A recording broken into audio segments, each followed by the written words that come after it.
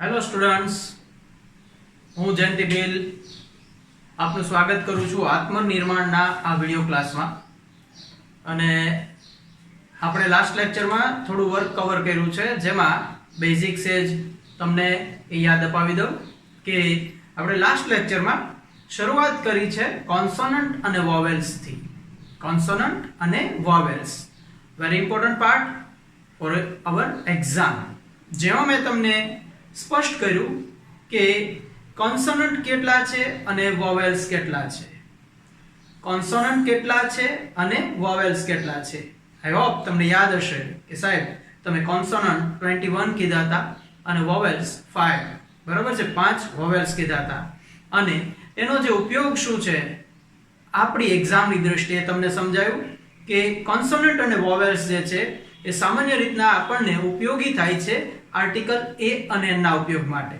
તો કોન્સોનન્ટ અને વોવેલ્સ માં મેં તમને એવું સમજાવ્યું કે વોવેલ્સ થી શરૂ થતો કોઈ વર્ડ્સ છે, એટલે કે બાય પ્રોનાઉન્સિએશન જો વોવેલ્સ થી થાય છે, એટલે કે એ ઈ આઈ ઓ યુ થી જો પ્રોનાઉન્સિએશન થાય છે તો તમારે આર્ટિકલ એન નો ઉપયોગ કરવાનો છે. અને કોન્સોનન્ટ, બરાબર, એટલે એ ઈ આઈ ઓ યુ સિવાયના કોઈ પણ આલ્ફાબેટ છે ABCD ના, તો એમાં તમારે આર્ટિકલ એ નો ઉપયોગ કરવાનો છે. ત્યાં આપણે બીજી બાબત જોઈ કે એક બાબત એ કે એ સિંગ્યુલર નાઉન હોવું જોઈએ, એક વચન નામ હોવું જોઈએ, બરાબર. જેની સાથે તમારે આર્ટિકલ એ અને એન એપ્લાય કરવો છે એ નામ એક વચનનું જ હોવું જોઈએ, ત્યારે જ એ અને એન નો ઉપયોગ થાય, બરાબર. કારણ કે એ અને એન બંનેનો મતલબ થાય છે એક. એ અને એન બંને શબ્દનો મતલબ થાય છે, બંને આર્ટિકલનો મતલબ થાય છે એક. રેડી. પછી આપણે બીજી બાબત પણ એક જોઈ કે નોન કાઉન્ટેબલ નાઉન કોઈ છે તો એ નોન કાઉન્ટેબલ નામ સાથે તમારે આર્ટિકલ કોઈ પણ પ્રકારનો વાપરવાનો રહેતો નથી. એ બાબતે આપણે માહિતી મેળવી. ત્યારબાદ મેં તમને એક સેન્ટેન્સ લખી બતાવ્યું હતું અને સેન્ટેન્સમાં તમને બાબત ક્લિયર કરી હતી કે આ સેન્ટેન્સ તમે જુઓ તો આમાં કોઈ જગ્યાએ નાઉન છે, કોઈ જગ્યાએ વર્બ છે, કોઈ જગ્યાએ પ્રોનાઉન છે, કોઈ જગ્યાએ પ્રિપોઝિશન્સ છે, કોઈ જગ્યાએ કંજક્શન છે. આ બધી બાબત આપણે જોઈ. અને એ બાબત જોતા હતા તે દરમિયાન મેં તમને બીજી એક બાબત કીધી કે અહીંયા તમે જોશો તો નાઉન આવ્યા છે, એમાં અમુક પ્રોપર નાઉન છે, અમુક કોમન નાઉન છે. એ બાબત આપણે જોઈ હતી. તો એના આધારે આજે આપણે ઇંગ્લિશના આ લેક્ચરમાં આગળ વધીએ છીએ. અને હવે જે બેઝિક કન્સેપ્ટ તમારો જ્યાંથી શરૂ થવાનો હતો તે મેં કરાવી દીધો. મીન્સ કે ABCD થી આપણે શરૂઆત કરી દીધી, આલ્ફાબેટ થી આપણે શરૂઆત કરી દીધી કે ત્યાંથી કેવા પ્રશ્ન આપણી સામે આવી શકે.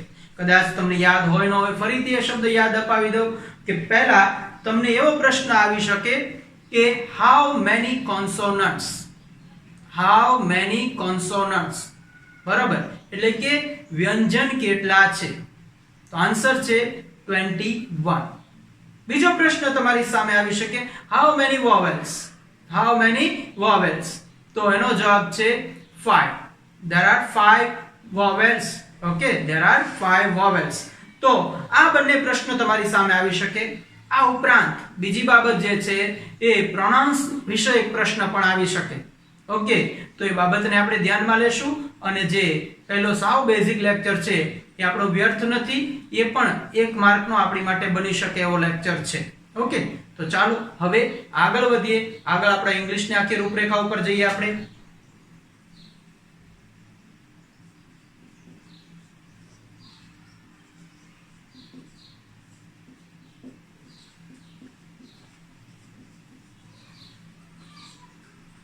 Parts of speech. Parts of speech. હવે પાર્ટ્સ ઓફ સ્પીચ શું છે એમાં આપણે ડિટેલમાં જોઈએ થોડું, બરાબર. પાર્ટ્સ ઓફ સ્પીચ તો દરેક ભાષા જે છે એના અંગો હોય છે.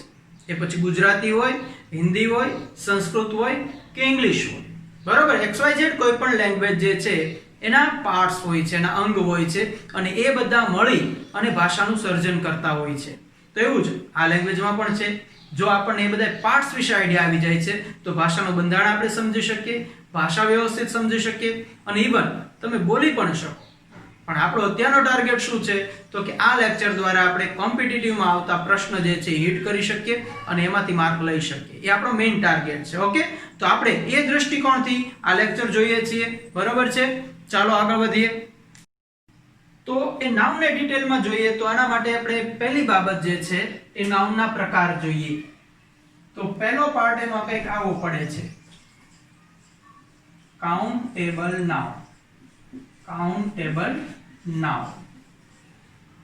ઓકે, એની સામે બીજો પાર્ટ પડે છે નોન કાઉન્ટેબલ નાઉન.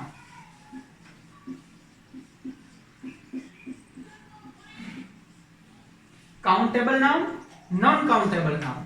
બરાબર. કાઉન્ટેબલ એટલે એવા નામ કે જેને તમે ગણી શકો. એટલે આપણે અહીંયા લખશું કે કાઉન્ટેબલ એટલે ગણી શકાય તેવા નામ.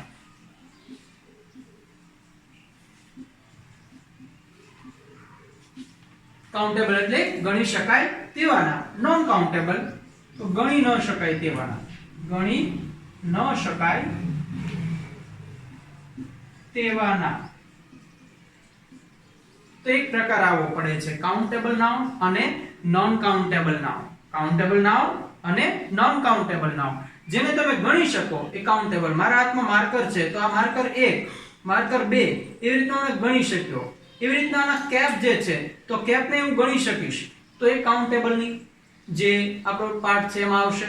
પણ આ જ માર્કરની અંદર ઇન્ક છે, બરાબર છે, બ્લુ છે, બ્લેક છે, રેડ છે, ગ્રીન છે, XY છે, એમાં ઇન્ક છે.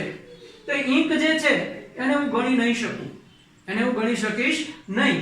તો એ નોન કાઉન્ટેબલ નાઉન થયું. ઓકે, તો આપણી સામે જે નામ છે એમાં આવા પ્રકાર પડે છે, ગણી શકાય તેવા નામ, ગણી ન શકાય તેવા નામ. બરાબર. કેટલીક વસ્તુને આપણે ગણી શકીએ, કેટલીકને ગણી શકતા નથી. તો પહેલી બાબત એ કે countable noun, non countable noun. ફરીથી એક બાબત યાદ અપાવી દો કે કાઉન્ટેબલ નાઉન હશે ત્યાં આપણે આર્ટિકલનો મુદ્દો યાદ રાખી શકશું.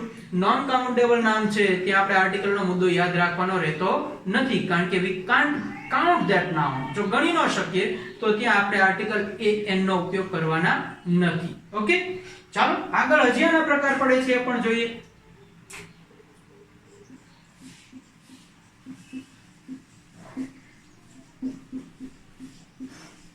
કોન્ક્રીટ નાઉન અને એની સામે બીજો પ્રકાર પડે છે એબ્સ્ટ્રેક્ટ નાઉન. કોન્ક્રીટ નાઉન અને એબ્સ્ટ્રેક્ટ નાઉન એવો એક પ્રકાર પડે છે. કોન્ક્રીટ નાઉન એટલે તો એને ગુજરાતીમાં આપણે જોઈએ કે જે નામને આપણે પ્રત્યક્ષ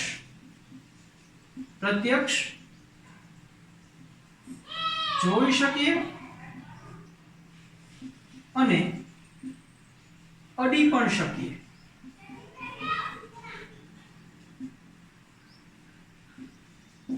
જોઈ શકીએ અને અડી શકીએ એવા જે નામ છે એને કોન્ક્રીટ નાઉન કહેવાય. તો સામે એબ્સ્ટ્રેક્ટ નાઉન, તો આ નામ એવા છે જેને જોઈ શકાતા નથી તેમજ અડી શકાતા નથી, માત્ર અનુભવી શકાય.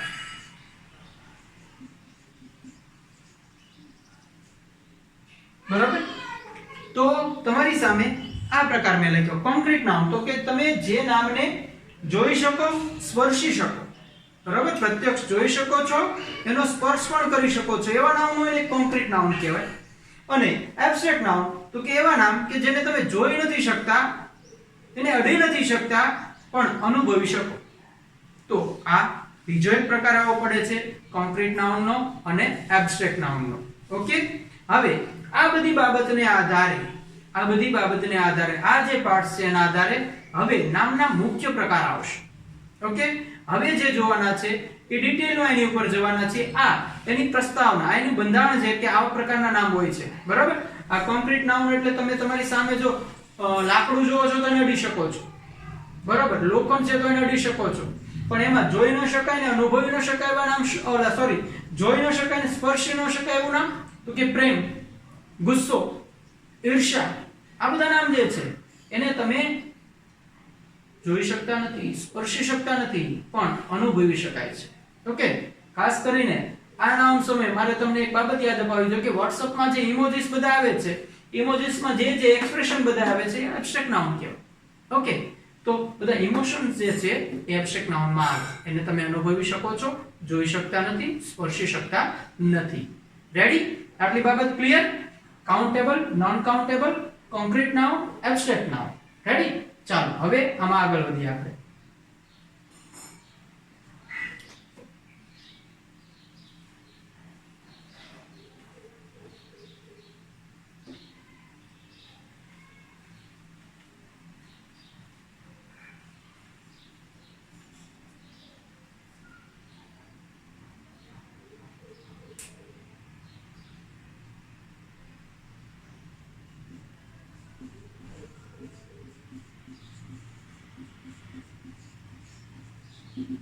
પહેલું છે પ્રોપર નાઉન એટલે કે વ્યક્તિવાચક નામ.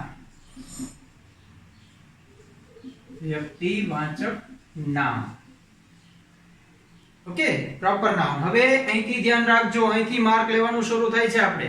અહીંયા જે સમજાવું છું, જે પોઈન્ટ છે ધ્યાનથી સાંભળજો અને સમજજો. Proper noun. પ્રોપર નાઉન કોને કહેવું? તો પ્રોપર નાઉન એટલે વ્યક્તિવાચક નામ.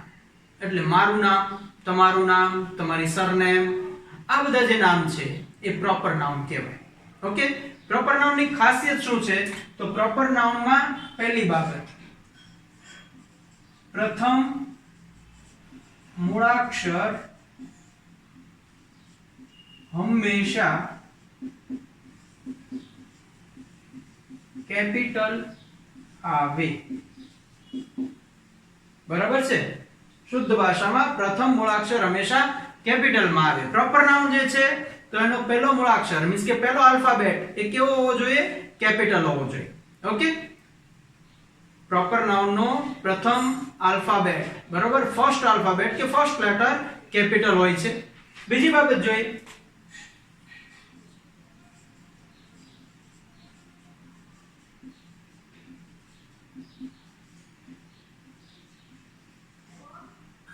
પ્રોપર નાઉન નું બહુવચન થતું નથી. પ્રોપર નાઉન જે છે એનું બહુવચન થશે નહીં. બરોબર છે? દાખલા તરીકે અહીંયા લેક્ચર તમે સાંભળી રહ્યા છો, મારી સામે લેક્ચરમાં એક જ નામના 2-3 વ્યક્તિ છે તો એનું બહુવચન ન કરી શકું. દાખલા તરીકે રવિ છે, રવિ 3 છે તો મારે એવું ન કહેવાય રવિઝ. બરાબર? રવિઝ એવું બોલી શકું નહીં. બરાબર? પૂનમ્સ તો એવું બોલી શકું નહીં, કારણ કે પ્રોપર નાઉન જે છે એનું બહુવચન થતું નથી. તમારી સામે જ્યારે પ્રોપર નાઉન આવે છે, પ્રોપર નાઉનની કોઈ ખાલી જગ્યા છે તો ત્યાં આગળ જ્યારે આની કોઈ પ્લુરલ ફોર્મ છે પ્રોપર નાઉન નું, તો that never happen. એવું ક્યારે બનતું જ નથી, એટલે એક ખોટો જવાબ થાય. બરાબર? નેક્સ્ટ,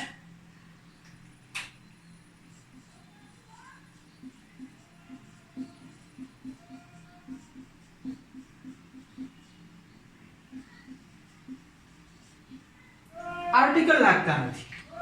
પ્રોપર નાઉન જે છે એને ક્યારે આર્ટિકલ લાગતા નથી.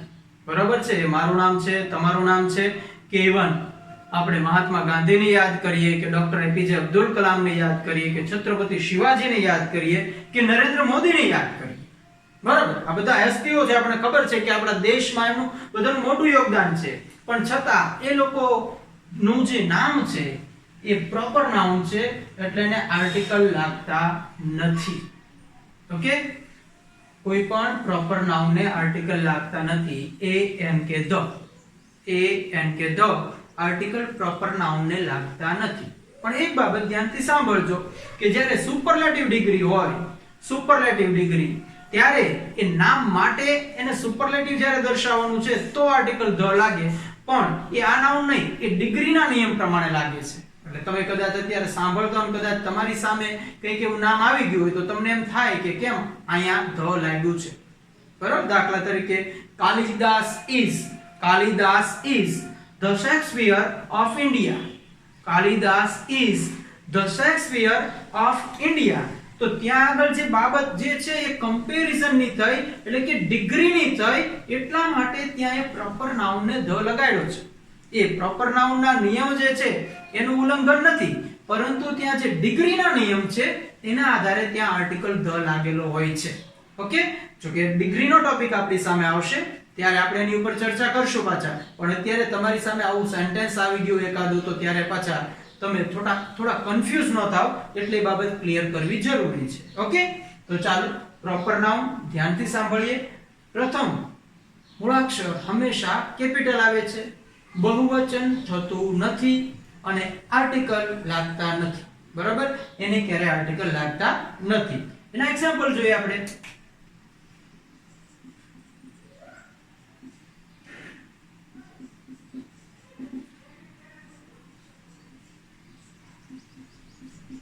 રોહિત તો નામથી પ્રોપર. ઓકે, કરીના નામથી બરાબર છે. સોનું નામ થયું બરાબર છે.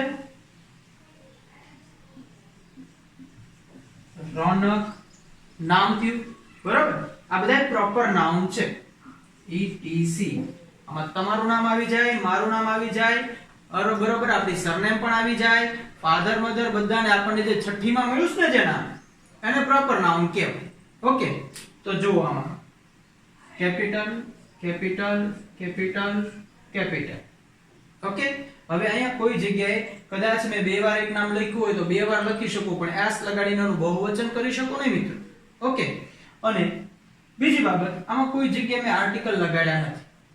હું રોહિત કે ધ મોદી આવું કઈ લખું છું તો મિત્રો આ ખોટું પડે છે, કારણ કે પ્રોપર નાઉન માં આર્ટિકલ ધ નો ઉપયોગ થતો નથી. ક્લિયર? ઓકે, પ્રોપર નાઉન માં એટલી બાબત આપણે સમજવાની છે. હવે આગળનું જે નાઉન છે એના ઉપર આપણે જઈએ છીએ.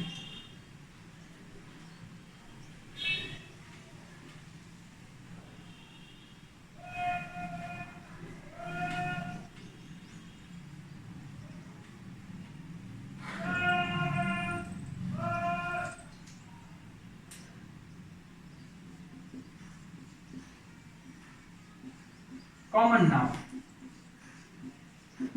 Common noun. Okay, common noun એટલે કે જાતિવાચક નામ. જાતિવાચક નામ કે સંજ્ઞા. જાતિવાચક નામ કે સંજ્ઞા. હવે તમારી સામે છે બીજો પ્રકાર કોમન નાઉન, જાતિવાચક નામ. જાતિવાચક નામ એટલે શું? તો કોઈ પણ સમગ્ર જાતિનું જે નિદર્શન કરતું હોય, સમગ્ર જાતિનું, તો એવા નામને આપણે કોમન નાઉન કહીએ. દાખલા તરીકે મેં નામ લખ્યું હતું કે રોહિત, બરાબર, અને પછી બીજું આપણે નામ લખ્યું રોનક. શું લખ્યું હતું આપણે? રોહિત, અને લખ્યું હતું રોનક. તો હવે રોહિત નામ કોનું હોય? તો કે સર રોહિત નામ બોય નું હોય. રોનક નામ કોનું હોય? તો કે બોય નું હોય. બરોબર? એવી રીતના આપણે લખ્યું હતું કરીના, અને એવી રીતના લખ્યું હતું સોનું. બરોબર? તો કરીના નામ કોનું હોય? તો કે સાહેબ ગર્લ નું હોય. સેફલી કામની વહુ નું હોય એવું નહીં. બરોબર? કરીના નામ તો કે ગર્લ નું હોય. સોનું તો કે બેય માં આવી શકે, બોય માં આવી શકે અને ગર્લ માં પણ આવી શકે. રેડી? તો જો અહીં આગળ આ નામ જે છે એ તો પ્રોપર થઈ ગયું, પણ જે આ નામ છે બોય, ગર્લ, બોય, આ જે છે એને કોમન નાઉન કહેવાય, જાતિ દર્શક નામ. કે આ છોકરો, છોકરી, તો છોકરો અને છોકરી એ શું છે? તો કે જાતિવાચક નામ. છોકરો એ જાતિ થઈ, છોકરી એ જાતિ થઈ. એવી રીતના સમગ્ર જીવો જે છે એની જાતિનું નિદર્શન કરવાનું હોય. પક્ષી, પ્રાણી, પુરુષ, સ્ત્રી, બાળકો, વૃદ્ધો, જીવજંતુ, પશુઓ, આ બધા જે છે એ કોમન નાઉન માં આવે. એ બધા કોમન નાઉન માં આવે. ઓકે, તો પ્રોપર નાઉન અને કોમન નાઉન વચ્ચે જે ડિફરન્સ છે આપણને સમજાઈ જવો જોઈએ કે એમાં પહેલા તો આ બાબત છે કે પ્રોપર નાઉન આને કહેવાય, કોમન નાઉન આને કહેવાય. રેડી?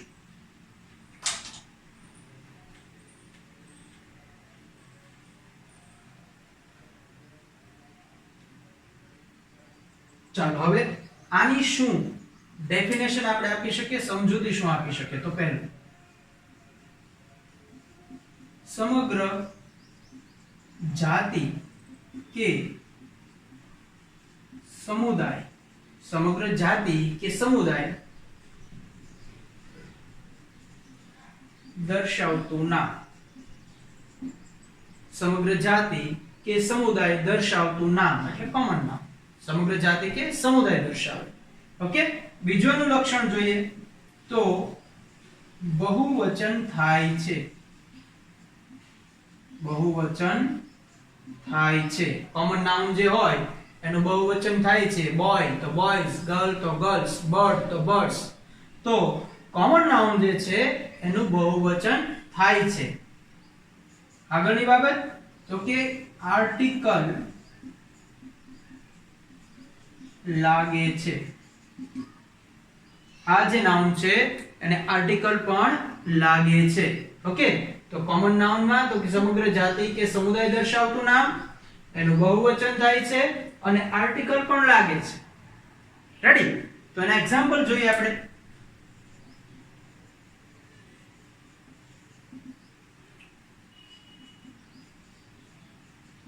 a boy, આર્ટિકલ લાગ્યો છે. ઓકે, હવે અહીં હું આ રીતના પણ લખી શકું, બોયઝ, તો બહુવચન પણ થયું, આર્ટિકલ પણ લાગે છે અને બોયઝ એટલે સમગ્ર જાતિ, સમગ્ર છોકરાની જાતિ, પ્રજાતિ જે છે એનું અહીંયા તમારી સામે વર્ણન થઈ જાય કે છોકરાઓ તોફાની હોય છે. સોરી હું એમાં આવી જાઉં પાછું. ઓકે, તો બોય, બોયઝ. an animal, એક પ્રાણી, an animal. બરાબર? તો અહીં આગળ મેં આર્ટિકલ લગાડ્યો છે અને એનિમલ લખ્યું છે. એવી જ રીતના હું શું લખી શકું તો કે એનિમલ્સ, પ્રાણીઓ, એ પણ હું લખી શકું. ઓકે, ગુડ, સરસ. એવી રીતના હું લખી શકું a bird, એવી જ રીતના birds તો લખી શકું હું. ઓકે, a river, એની જગ્યાએ હું rivers લખી શકું. તો સમજાય છે તમને કે અહીંયા તો બધી બાબત જે છે એ તમારી સામે આવી ગઈ કે કોમન નાઉન એટલે SI2 માં બધાનો સમાવેશ થઈ જાય. એક હોય તોય આવે અને બહુવચનમાંય આવે. Ready? Boy, boys, animal, animals, bird, birds, river, reverse. નદી છે એ કોમન નાઉન છે. બરોબર? પક્ષી છે એ કોમન નાઉન છે. છોકરો એ કોમન નાઉન છે. પ્રાણી એ કોમન નાઉન છે. ચાલો આગળ વધીએ પહેલા ફરીથી લાસ્ટ લેક્ચર માટે થોડુંક તમને યાદ અપાવું કે લાસ્ટ લેક્ચરમાં આપણે કોન્સોનન્ટ અને વોવેલ્સ વિશે જોયું. તો અહીંયા બી છે, બ કોન્સોનન્ટ છે એટલે આપણે શું લગાડ્યું? અહીંયા એ લગાડ્યું. ઓકે, અહીંયા એ છે એટલે કે વોવેલ્સ છે એટલે આપણે શું લગાડ્યું? એન લગાડ્યું. ઓકે, બર્ડ્સ તો કે બ એટલે કે વ્યંજન એટલે મેં એ લગાડ્યો છે. રિવર તો કે આ એટલે કે ર છે, જે કોન્સોનન્ટ છે એટલે એ લગાડ્યો છે. ખાલી એ ટોપિકને યાદ અપાવવા માટે. બાકી કોમન નાઉન ના એક્ઝામ્પલ તો તમારી સામે છે જ. રેડી? સરસ. ચાલો, તો કોમન નાઉન એટલે સમગ્ર જાતિ કે સમુદાય દર્શાવતું નામ, એનું બહુવચન થાય છે અને આર્ટિકલ લાગે છે. ઓકે, ચાલો હવે જે નેક્સ્ટ નાઉન છે એની ઉપર આપણે જઈએ.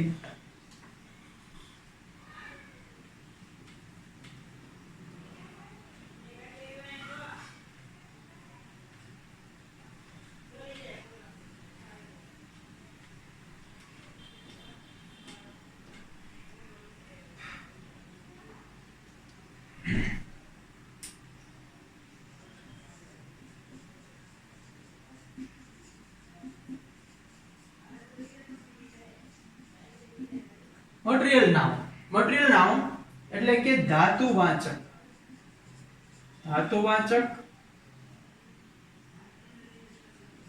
કે દ્રવ્યવાચક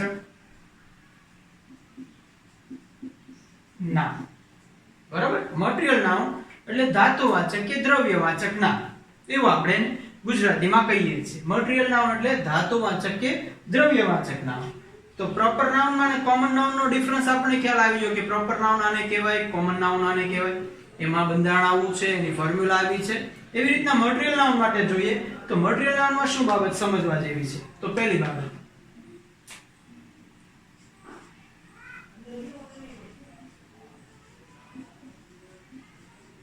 આ નામને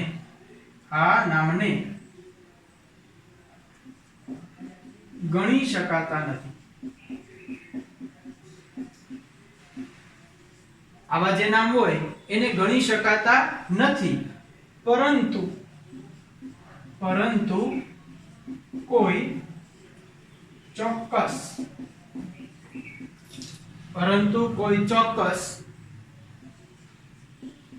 એકમ વડે માપી શકાય છે. મટીરીયલ નામની પહેલી ખાસિયત એ થઈ કે આ નામને તમે ગણી શકતા નથી. આ નામને તમારે કોઈ ચોક્કસ એકમથી માપવો પડે. બરાબર છે? તો એ બાબત એ સ્પષ્ટ કરે છે કે આ મટીરીયલ નાઉન છે ને એ સાહેબ તો નોન કાઉન્ટેબલ થયું કે નહીં. અને પહેલા જે આપણે બે જોયા તો એ કાઉન્ટ કરી શક્યા એમ હતા. તો જે મૂળ પ્રકાર જોયા એ મુજબ કેવા જઈએ તો આ કેવું છે? તો કે નોન કાઉન્ટેબલ. કેવું નામ કહેવાય? Non countable. તો મટીરીયલ નાઉન છે નોન કાઉન્ટેબલ છે કારણ કે એને ગણી શકાતું નથી, પરંતુ કોઈ ચોક્કસ એકમ વડે માપી શકાય છે. એટલે કિલોગ્રામમાં હોય, લીટરમાં હોય. બરાબર છે? એવી રીતના એને તમે માત્ર માપી શકો છો, ગણી શકતા નથી. ક્લિયર આટલી બાબત? વેરી ગુડ, સરસ.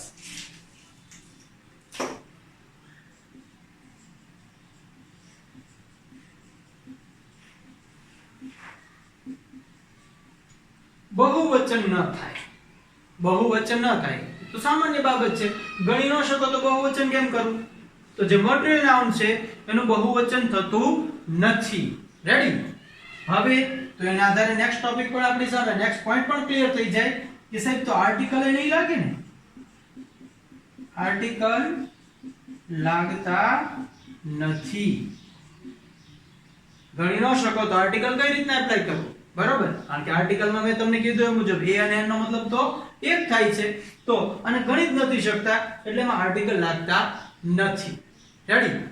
સરસ. ચાલો એક્ઝામ્પલ જોઈએ.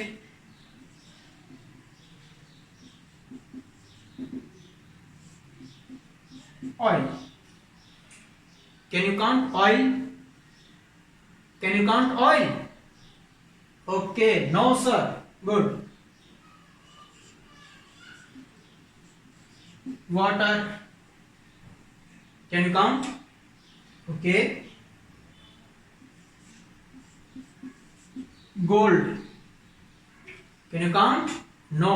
Okay.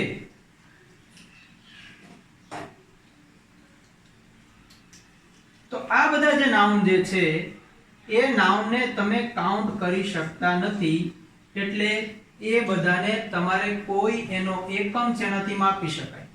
બરાબર? ઓઇલ છે તો લીટરમાં લેવા જશો. પાણી અત્યારે લીટરની બોટલ મળે છે, 500 ml ની બોટલ મળે છે. તો એવી રીતના ગોલ્ડ છે તો એને તમે તોલામાં અને ગ્રામમાં બેયમાં જોઈ શકો છો, પરંતુ આપણે એને એક સ્વરૂપમાં કે એક એકમમાં લઈ શકતા નથી. હા, તમારે જ્યારે ત્યારે પાણી પીવું છે તો તમે શું કહેશો? 1 ગ્લાસ પાણી આપો એમ કહેશો. એક પાણી નહીં બોલીએ આપણે. ઓકે? 1 ગ્લાસ પાણી આપો એમ આપણે કહીએ છીએ. બરાબર છે? એવી રીતના ઓઇલ મીન્સ કે પેટ્રોલ પુરાવા જાય શું કહીએ છીએ? 1 લિટર નાખો, 2 લિટર. ઓકે, હા, કેટલા કેવું હોય 20 નું નાખો એમ કે, 25 નું નાખો એમ કે, પણ એ તો માપ જ થયું. બરાબર? એમાં આપણે આંકડા માંગતા નથી. તો આટલી બાબત ક્લિયર? ઓકે, સરસ. તો મટીરીયલ નાઉન એટલે કે ધાતુવાચક નામ કે દ્રવ્યવાચક નામ, આ નામની ખાસિયત શું છે? તો કે આ નામ છે એને ગણી શકાતા નથી, આને કોઈ પણ એકમ દ્વારા માપી શકાય છે, એટલે કે નોન કાઉન્ટેબલ નામ થયું. આનું બહુવચન નથી થતું અને આને આર્ટિકલ પણ એપ્લાય થતો નથી. તો આવા જે non countable noun material noun જે છે એ ધ્યાનમાં રાખવાના. મટીરીયલ નાઉન વાળી ક્યારેક બ્લેન્ક આવી ગઈ તો ત્યાં આગળ આર્ટિકલ ભૂલેથી પણ આપણે એપ્લાય ન કરી દઈએ મિત્રો. બરાબર? એ બાબત જે છે એ સમજવી જરૂરી છે અને આપણો મેઇન હેતુ એ છે કે આ બાબતની ભૂલ આપણી સામે આવવી જોઈએ નહીં. રેડી? સરસ. ચાલો હવે જે આગળના નાઉન છે એને આપણે નેક્સ્ટ લેક્ચરમાં કવર કરીશું. Best reading, all the best, keep learn on. Okay, good bye.